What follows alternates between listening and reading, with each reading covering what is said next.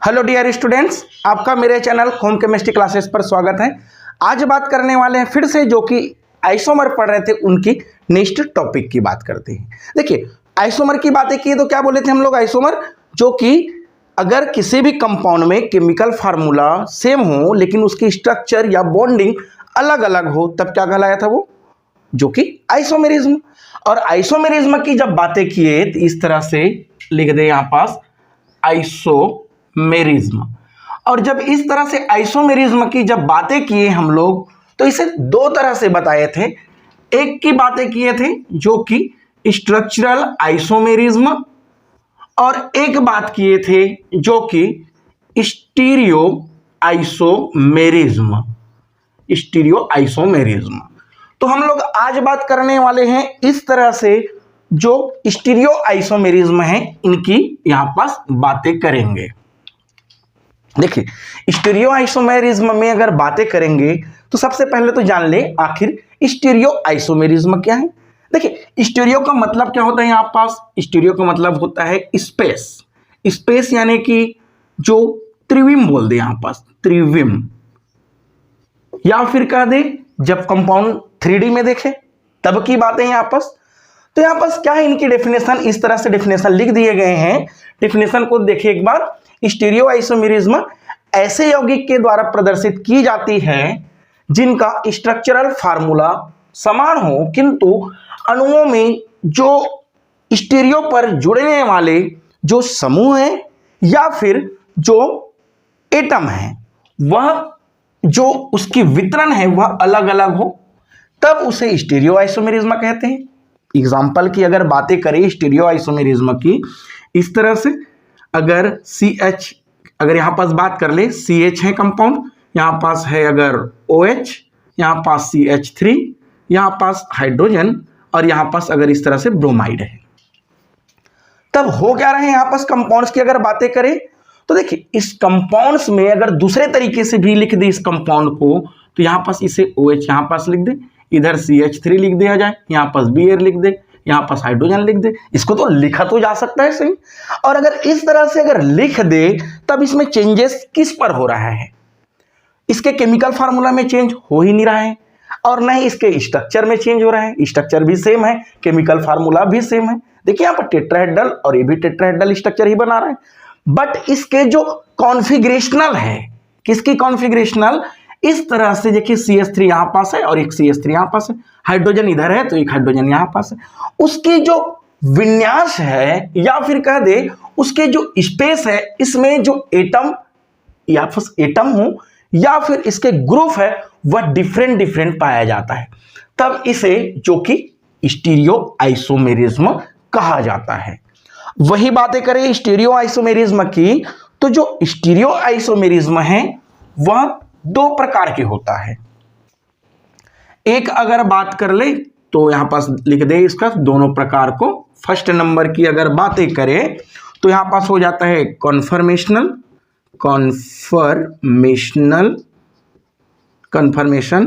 Stereo isomerism. और वही second number की बातें करें तो सेकेंड नंबर जो कि कॉन्फिगरेशनल स्टीरियो आइसोमेरिज्म हो जाता है। कॉन्फिगरेशन या कॉन्फिगरेशनल स्टीरियो आइसोमेरिज्म।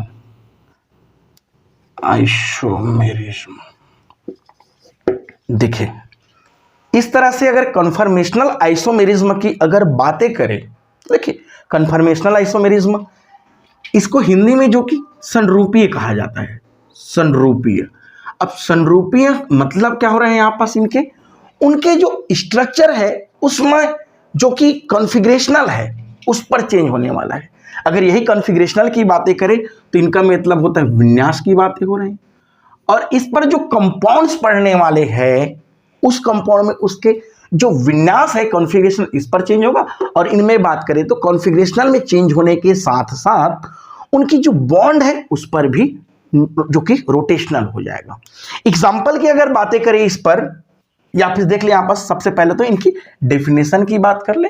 आखिर कन्फर्मेशनल आइसोमेरिज्म क्या है, तो देखिए कन्फर्मेशनल आइसोमेरिज्म में दिया गया है कि किसी अणु में सिंगल बॉन्ड से आबंधित परमाणु या फिर समूह का सिंगल बॉन्ड, कार्बन कार्बन के बीच में अगर सिंगल बॉन्ड है और उसमें फ्री रोटेशन के कारण उसके त्रिविम या आकाश पर भिन्न भिन्न विन्यास ग्रहण करने के कारण उत्पन्न होती है, उसे जो कि कन्फर्मेशनल आइसोमेरिज्म कहते हैं। और एक और बात है, यह जो कि सामान्य ताप पर नहीं टूटता है। ये अगर एग्जांपल इस तरह से समझ ले, सपोज इस कंपाउंड की बातें करें, अगर इस कंपाउंड को लिख दे यहाँ पास, ये लो, अगर इस कंपाउंड की अगर बातें करें तो क्या है, यहाँ पास सिंगल कार्बन, सेकेंड कार्बन है और दोनों कार्बन के बीच में कितना बॉन्ड है, यहाँ पास सिंगल बॉन्ड है। और अगर इस सिंगल बॉन्ड की वजह से अगर इन पर कोई डिफरेंट डिफरेंट एटम होता, यहाँ पास ऐसे ही डिफरेंट डिफरेंट एटम होता है। एग्जाम्पल की अगर बात कर ले, एक कार्बन है, यहाँ पास कार्बन है, ये अगर different different A B C करके एटम है, यहाँ पास भी ए बी सी करके दूसरा दूसरा एटम है। अब क्या होगा, ये जो सिंगल बॉन्ड है, इस सिंगल बॉन्ड में फ्री रोटेशन होगा। फ्री रोटेशन मतलब यह बॉन्ड घूमेगा, रोटेट करेगा, ये लो रोटेट किया जा रहे हैं, लेकिन रोटेट करने से इनके यहाँ से जो साइड एटम है या फिर जो ग्रुप है, उस ग्रुप में जो कि फ्री रोटेशन हो रहा है, वह जो एटम है वह चेंजेस होते जा रहा है। इस तरह से अगर घुमा दे तो यहाँ पास अगर एटम हो, सपोज इस तरह से एक एटम जुड़ा हुआ है, लिख देते हैं यहाँ पास ये दो, अगर इस तरह से कार्बन कार्बन सिंगल बॉन्ड है, यहाँ पास एटम है, इसको घुमा दिया जाए इस तरह से, तो इसकी जो रोटेशन है वह चेंज हो रहा है, लेकिन इसके बीच में जो सिंगल बॉन्ड है वह दो की सामान्य ताप पर अलग अलग नहीं होगा। तब इस तरह से जो आइसोमेरिज्म है उसे जो कि स्टीरियो आइसोमेरिज्म में जो कि कन्फर्मेशनल आइसोमेरिज्म कहा जाता है। वही अगर बात करें इस पर एग्जाम्पल की, तो इनकी एग्जाम्पल क्या है, ऐसा कंपाउंड जिसके कार्बन कार्बन के बीच में क्या हो, सिंगल बॉन्ड हो। अब जब कार्बन कार्बन के बीच में सिंगल बॉन्ड हो तो सिग्मा बॉन्ड इस पर प्रेजेंट होगा, और जिस कार्बन में सिग्मा बॉन्ड सिंगल बॉन्ड के साथ प्रेजेंट होगा उस पर इस तरह से कन्फर्मेशनल स्टीरियोमेरिज्म पाया जाता है। वही बात करें कन्फिगरेशनल स्टीरियो आइसोमेरिज्म। देखिए, कन्फिगरेशनल स्टीरियो आइसोमेरिज्म की अगर बातें करें इस तरह से, इस पर डेफिनेशन को समझ ले एक बार। तो डेफिनेशन क्या दिया गया है कि यह समवायता उन यौगिकों के द्वारा प्रदर्शित की जाती है जिनके आबंधों को बिना तोड़े एक दूसरे में परिवर्तित नहीं किया जा सकता।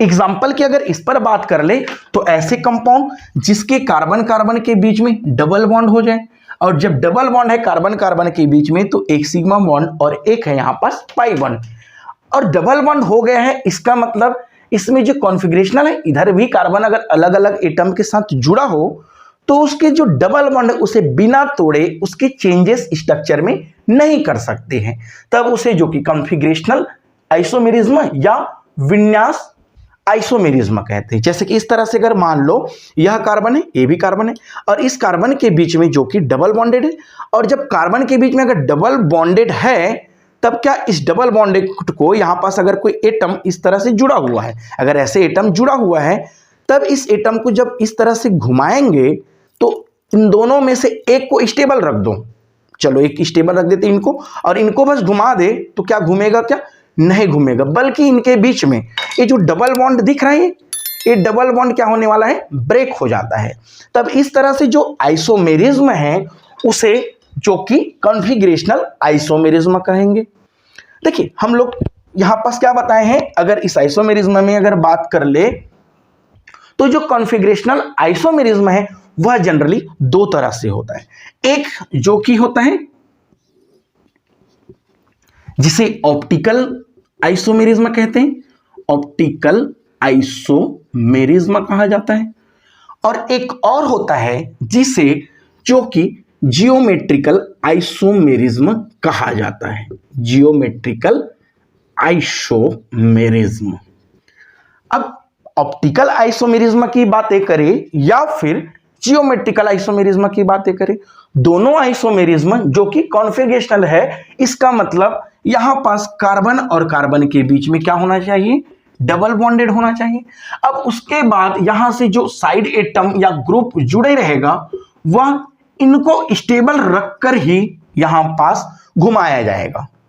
तब क्या होगा, मान लो मगर इसको 1 ले दूं, 2, 2, 3 या फिर लिख दूं 3 और 4 लिख दूं, तब अगर इस तरह से कार्बन है, इसको अगर रोटेट कर दूं तब बॉन्ड ब्रेक होगा, और जब इसको रोटेट करूंगा तब क्या हो जाएगा, ये वाला 2 हो जाएगा, ये वाला क्या हो जाएगा 1 हो जाएगा।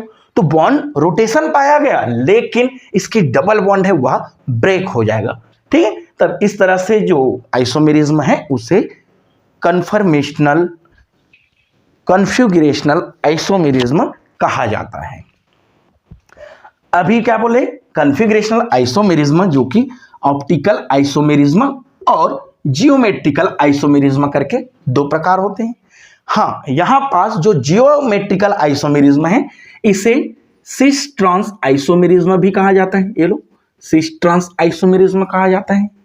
वही ऑप्टिकल आइसोमेरिज्म की बातें करें तो ऑप्टिकल आइसोमेरिज्म को भी 2 प्रकार के पढ़ेंगे। एक प्रकार पढ़ेंगे यहां पास एनांसियोमर, एनांसियोमर्स, और सेकेंड नंबर पर पढ़ेंगे यहां पास डाइस्टीरियोमर। ये लो, 2 तरह से हम लोग क्या पढ़ने वाले हैं, ऑप्टिकल आइसोमेरिज्म के प्रकार, एनांसियोमर और एक डाइस्टीरियोमर्स। अब देखिए, जो ऑप्टिकल एक्टिव कंपाउंड्स हैं उस पर जो आइसोमेरिज्म पाया जाएगा उसे ऑप्टिकल आइसोमेरिज्म कहेंगे, और जो ऑप्टिकल एक्टिव भी हो और उसकी जो कॉन्फ़िगरेशन है वह सिस और ट्रांस पोजीशन पर मिल जाए तब उसे जो कि जियोमेट्रिकल आइसोमेरिज्म कहेंगे।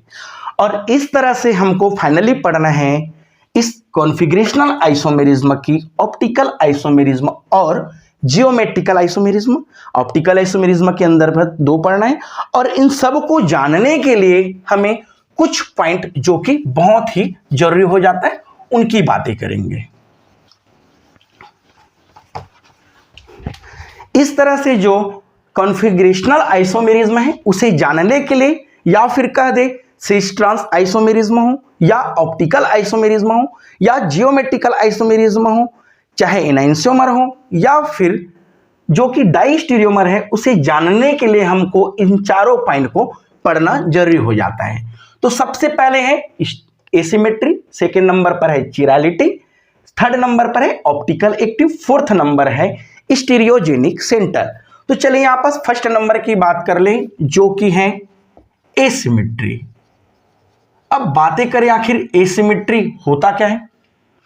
एसिमेट्री अगर एग्जांपल की अगर बात कर दूं, यहां पास मैं अगर लिख दूं CH, ऐसे लिख दी, एग्जांपल की बात कर ले, COOH, OH, फिर यहां पास H और यहां पास CH3 जो कि है लैक्टिक एसिड। अब देखिए इस लैक्टिक एसिड में क्या है, क्या यह सिमेट्री है या एसिमेट्री है।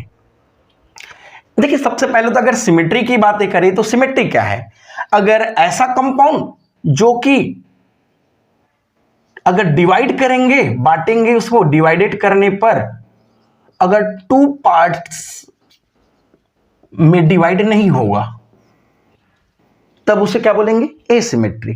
अगर इस कंपाउंड को अगर 2 भागों में कहीं से बांटे तो क्या ये बटेगा, क्या नहीं बटने वाले। वही अगर बात करें ले CH डबल बॉन्ड CHH, अगर इनकी बातें करें तो अगर इनकी कंपाउंड्स को यहां से अगर काट दे तो 2 भागों में बढ़ जाएगा, तब यह कंपाउंड जो कि एसिमेट्री नहीं है बल्कि यह क्या है, सिमेट्री है। बट अगर 2 पार्ट्स में ना कटे ना बटे तब यह कंपाउंड एसिमेट्री है। तो एसिमेट्री का डेफिनेशन यही है कि ऐसा कंपाउंड जिसे बांटने से या जिसे डिवाइड करने से 2 बराबर पार्ट में नहीं बढ़ता है उसे जो कि एसिमेट्री कंपाउंड्स कहा जाता है।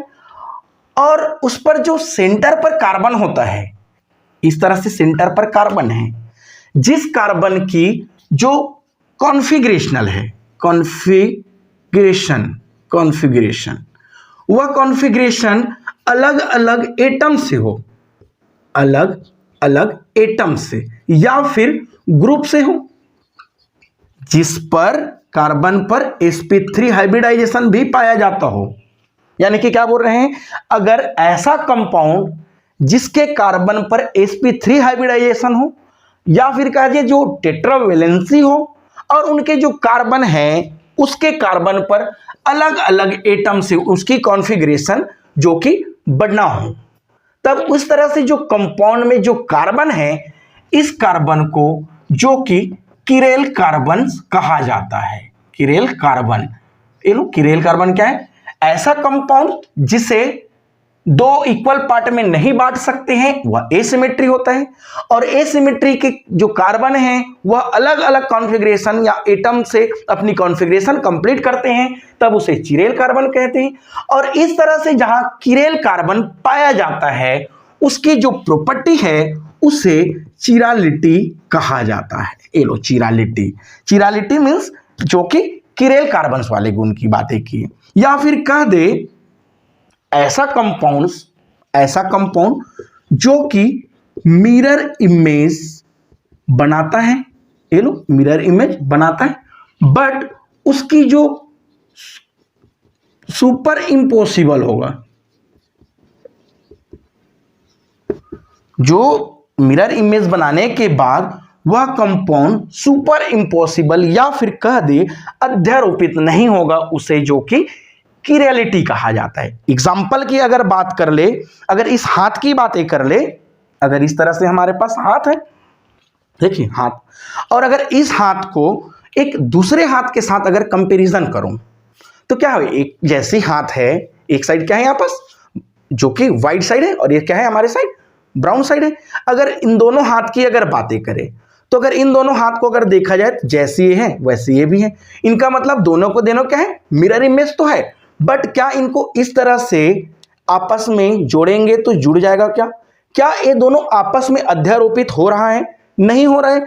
और जब अध्यारोपित नहीं हो रहा है इसका मतलब यहां पर देखो जो हाथ है, क्या 100% एक हाथ दूसरे हाथ को जो कि अपने में समाहित कर लिए, जिससे हमको अगर उस साइड से देख रहे हैं तो क्या हमको नहीं दिख रहा है? क्या दिख रहा है? ये यहां पास अंगूठा दिख रहा है, इसका मतलब ये जो अंगूठा है इस तरह से अध्यारोपित नहीं होने दे रहा है, तब इस कंपाउंड को जो कि किरालिटी कहा जाता है। एक बार और बात कर ले, किरालिटी मतलब या चिरालिटी मतलब होता है ऐसा कंपाउंड जो कि मिरर इमेज शो करता है बट वह आपस में सुपर इम्पॉसिबल नहीं होता है, तब इस तरह से जो कंपाउंड है उसे किरालिटी कहते हैं। रही बात अगर वैसे ही बातें कर ले, अगर इस तरह से जो अगर कोई कंपाउंड्स की बातें कर ले, अगर चलो यहाँ पास एक चप्पल है और यहाँ पास दूसरे चप्पल की भी बातें कर ले, तो क्या एक जो चप्पल है ये दोनों इस तरह से तो नहीं होता है, बल्कि क्या मिलता है हमको? एक चप्पल इस तरह से मिलता है तो दूसरा वाला जो चप्पल मिलेगा हमें वह कैसे मिलता है? इस तरह से मिलता है। और क्या ये दोनों चप्पल है तो एक ही दिख रहा है, मिरर इमेज है, लेकिन अगर एक चप्पल को दूसरे चप्पल में अगर डाल दे तो क्या एक दूसरे को अपने में समाहित कर लेगा? या फिर कह दे समाहित ना कहे तो अपने में हम जब देखेंगे तो 100% हमको नहीं दिखेगा? क्या दिखेगा? इसका मतलब यह क्या है? किरालिटी है। और जो किरालिटी पाया जाता है जिस कार्बन की वजह से, उस कार्बन को किरेल कार्बन कहते हैं। यहां पास भी किरेल कार्बन की बात कर ले। और जब कंपाउंड एसिमेट्री हो, मतलब जो कंपाउंड दो भागों में इक्वल डिवाइड ना हो सके और नहीं होएगा, इसका मतलब किरालिटी पाया जाएगा, मतलब मिरर इमेज रहेगा बट सुपर इम्पॉसिबल नहीं होगा। इसका मतलब वह कंपाउंड, थर्ड नंबर की बात करें, उस कंपाउंड में ऑप्टिकल एक्टिव है, ऑप्टिकल एक्टिव है। ठीक, क्या बोले? एसिमेट्रिक कार्बन की रिलेटिव प्रॉपर्टी होती है और चिरिलिटी जहां होता है वहां पास ऑप्टिकल एक्टिव होता है वह कंपाउंड। भाई ऑप्टिकल एक्टिव क्या होता है? ऑप्टिकल एक्टिव की बातें करें तो ऑप्टिकल एक्टिव को देखो, सिंपल सी बातें हैं। अगर कोई कंपाउंड्स हैं, इस तरह से जो कंपाउंड्स ले लूं मैं, एक कंपाउंड्स है और अगर इस कंपाउंड में अगर लाइट डाल दूं, तब ये जो लाइट है उस लाइट को अगर उसकी जो दिशा है उस दिशा से चेंज कर दे। सपोज यहां पास हमारे हाथ को मान लो कोई कंपाउंड्स है और ये जो है लाइट है, अब लाइट इस हाथ में गया तो इस लाइट को रोटेट कर दो, यह कंपाउंड इस लाइट को रोटेट कर दे, तब यह कंपाउंड क्या है? Optical active. और ऑप्टिकल एक्टिव किस पर होता है? किरैलिटिक कंपाउंड्स पर होता है। और किरैलिटिक किस पर होता है? एसिमेट्रिक कंपाउंड पर होता है। तो इस तरह से ऑप्टिकल एक्टिव हो जाता है। अगर ऑप्टिकल एक्टिव को और समझना है तो उसके लिए हमको एक और चीजें पढ़ना पड़ जाता है, प्लेन पोलराइज लाइट। यहां पर लिख दे, यहां पर PPL, PPL plane polarise light लिख दे, यहां पर प्लेन पोलराइज लाइट। देखो होगा क्या, अगर इस तरह से जो लाइट है, देखिए लाइट क्या है, सभी दिशा में फैलता है, लाइट एक ही दिशा में चलता है, सभी दिशा में फैलता है। और अगर उस लाइट में अगर इस तरह से ये लो प्रिज्म डाल दिया, प्रिज्म डाला तो लाइट यहां से गया और लाइट क्या वापस आ जाता है, प्रिज्म डालने से वापस आएगा ही। बट उस प्रिज्म को एक और प्रिज्म डाल दे उस पर ऊपर में, लाइट इधर नहीं बल्कि वो लाइट सीधा चले जाएगा। ठीक है, अब यही लाइट क्या होगा, जब सीधा जा रहे हैं तब देखिए लाइट क्या हो गया, लाइट को इस तरह से बना ले, लाइट की जो कंपन है क्या है, एक ही दिशा में हो गया। पहले अलग अलग दिशा में उसकी कंपनता था, अब उनकी कंपनता एक ही दिशा में हो गया। अब यही लाइट जो कि पीपीएल कहलाता है, पीपीएल, क्योंकि यहां पर क्या यूज किए थे, पोलेराइजर किए थे, पोलेराइजर यूज किए थे। और पोलेराइजर का काम क्या रहा, जो कि पीपीएल लाइट बना दिया। पोलेराइजर में हम लोग यहां पर किसकी बातें किए थे, प्रिज्म डाल दिए थे, निकोन का प्रिज्म डाल दिए। अब इस तरह से जो प्रिज्म डाले हैं वह उस लाइट को प्लेन पोलराइज लाइट में चेंजेस कर दिया।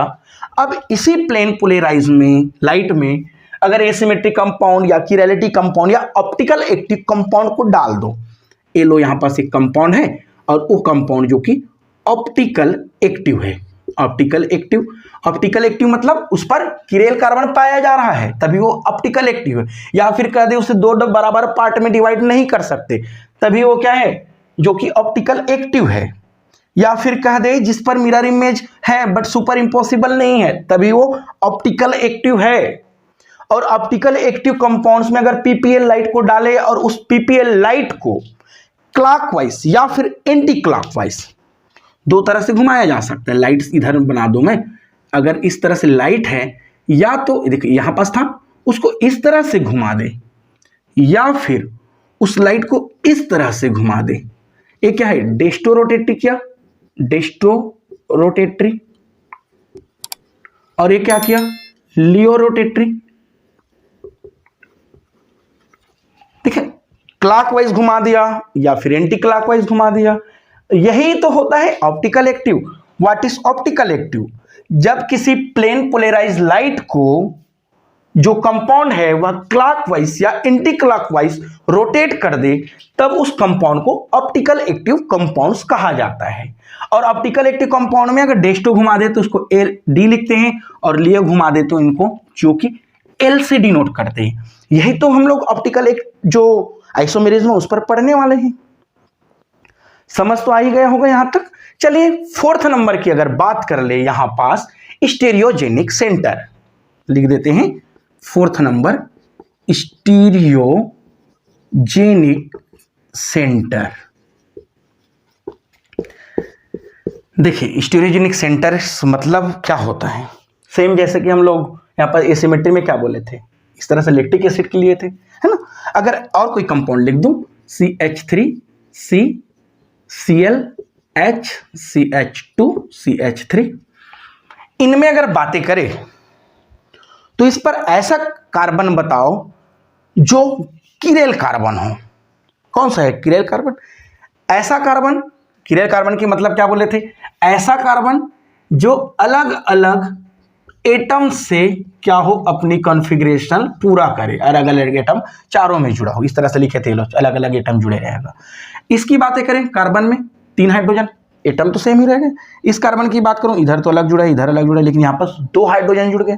इनकी अगर बात करूं कार्बन पर, 1 हाइड्रोजन है, CH3 है, Cl है, CH2 CH3, यस। यहाँ पास इनकी बातें करें तो CH3 एक ही साथ जुड़ गया, तो ये कार्बन जो है वही किरेल कार्बन है। ठीक है, ऐसा कार्बन जो कॉन्फ़िगरेशनल अलग अलग एटम से अपने चारों वैलेंसी को पूर्ण कर ले तब वह क्या कहलाता है, जो कि किरेल कार्बन कहलाता है। और जो किरेल कार्बन में जो सेंटर है उसी सेंटर को स्टीरियोजेनिक सेंटर कहा जाता है। ओके, स्टीरियोजेनिक सेंटर क्या है? जो किरेल कार्बन होता है उस किरेल कार्बन की जो सेंटर है उसको क्या बोला जाता है? स्टीरियोजेनिक सेंटर कहा जाता है। और इस स्टीरियोजेनिक सेंटर भी अलग अलग तरीके से मिलता है हमको। जैसे कि देखिए यहाँ पर समझ लो CH3 है, CH2, यहाँ पर CH3 है, Cl है, ये लोग कंपाउंड्स है। एक है कंपाउंड्स, अलग अलग एटम से तो जुड़ा है ना, अलग अलग एटम से। देखिए CH इधर का मॉलिक्यूल्स अलग है, ये मॉलिक्यूल्स अलग है, ये मॉलिक्यूल्स अलग है, ये मॉलिक्यूल्स अलग है। तो एक तो रह गया स्टीरियोजेनिक सेंटर, ये हो गया। लेकिन इस कंपाउंड्स की बातें करें डबल बॉन्डेड वाले में, तो इधर भी अलग है, इधर भी अलग है, कंपाउंड तो अलग अलग हुआ ना। तो इस तरह से ये भी स्टीरियोजेनिक सेंटर है, ये सिंगल स्टीरियोजेनिक सेंटर है, ये 2 स्टीरियोजेनिक सेंटर है, क्योंकि इस पर डबल स्टीरियोजेनिक सेंटर पाए जा रहे हैं। तो इस तरह से आगे हम लोग पढ़ने वाले हैं अभी ऑप्टिकल आइसोमेरिज्म की। और ऑप्टिकल आइसोमेरिज्म के लिए भी ये सब चीजें हमको पढ़ना जरूरी रह गया था। क्या पढ़े? पहला सिमेट्री किसे कहते हैं? सिमेट्री ऐसा कंपाउंड्स जो कि किरेलेटी हो और ऑप्टिकल एक्टिव हो, वो सिमेट्री कहलाता है। और ऑप्टिकल इनएक्टिव हो, वह कंपाउंड सिमेट्री कहलाता है। अच्छा, किरेलेटी क्या है? किरेलेटी मतलब चेयर होता है, और चेयर का मतलब होता है हाथ। तो ऐसा कंपाउंड जो कि मिरर इमेज बनाता हो बट उस पर अध्यारोपित नहीं होता हो, तब कंपाउंड किरेलिटी कहलाता है। और जिस किरेलिटी में जिस कार्बन की वजह से जो प्लेन पोलराइज लाइट है उसे क्लॉकवाइज या एंटी क्लॉकवाइज जो कार्बन घुमा देता है उसे सेंटर कार्बन कहा जाता है, या फिर किरेल कार्बन कहते हैं। और इस तरह से जो कंपाउंड है जो प्लेन पोलराइज लाइट को क्लॉकवाइज या एंटी क्लॉकवाइज रोटेट कर दिया, उसे जो कि ऑप्टिकल एक्टिव कंपाउंड्स कहा जाता है। और स्टीरियोजेनिक सेंटर जो ऑप्टिकल एक्टिव लाइट है या किरेल कार्बन है, उसी किरेल कार्बन को ही तो क्या बोले हैं? स्टीरियोजेनिक सेंटर भी उसी को बोला गया है। देखिए हम लोग सार की अगर बात कर ली, इस पर क्या बोले? सिमेट्री और किरेलिटी, या किरेल कह देते हैं, है ना, इसको किरेल भी कहते हैं, इसको किरेल। तो देखो जहां कंपाउंड में एसिमेट्री है वहां किरेल है, और जहां कंपाउंड में किरेल है वहां ऑप्टिकल एक्टिव है। तो ये तीनों आपस में एक ही तरह से पढ़ा जा सकता है। भाई क्या बोले हम लोग? सिमेट्री होगा उस पर किरेल होगा, और किरेल होगा वो ऑप्टिकल एक्टिव होगा।